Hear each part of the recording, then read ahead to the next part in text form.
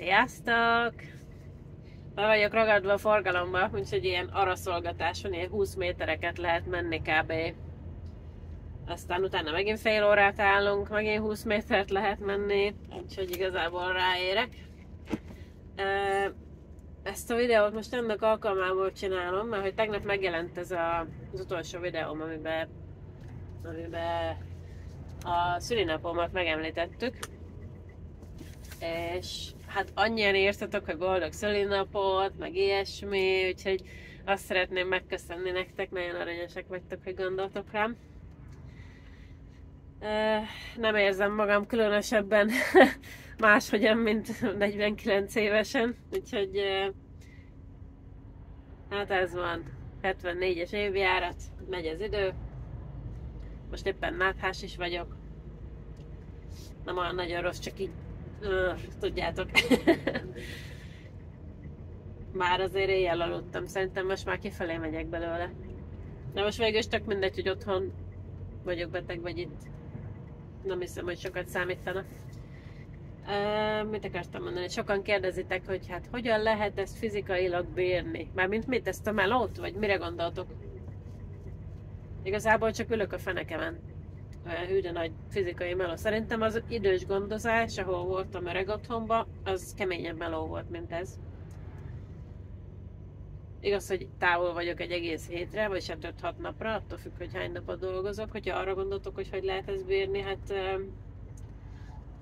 az a helyzet, hogy inkább az inaktív sok ülés miatt nekem a hátam ugye elkezdett fájni, meg az izületeim le voltak így merevedve, de mióta rájöttem, hogy mi a probléma, és elkezdtem tornázni, meg jogázni, meg ilyesmi, mikor otthon vagyok, tehát aktívan mozogni, célzottan, azóta százszor jobban érzem magamat.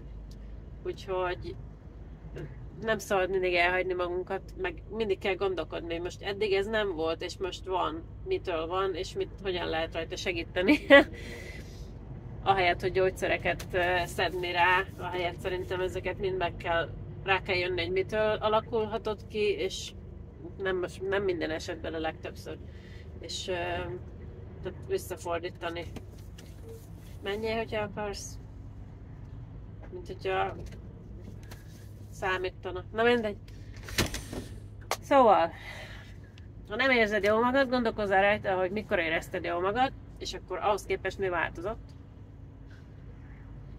És akkor vissza lehet forgatni szerintem sok mindent. Én már sokszor jártam így. Hogy valami nem stimmelt, gondolkoztam rajta, hogy vajon mi változott azóta, és akkor kigondoltam, és akkor visszaforgattam a dolgokat úgy, hogy megint akkor jól éreztem magam. Remélem, hogy érthető, amit mondok. Tehát ahelyett, hogy tüneti kezelést alkalmaznák, inkább mindig ilyen megelőző kezelést csinálok. Úgyhogy jogázás, meg ugye csontkovácshoz is jártam, és ezek mind segítettek. Tehát ugyanúgy vezetek tovább, ugyanúgy ülök, ugyanúgy a derekam itt, tehát ugyanaz minden, csak annyi, hogy amikor otthon vagyok, akkor jó megmozgatom, megtekergetem. Úgyhogy, ja, megnézitek a forgalmat.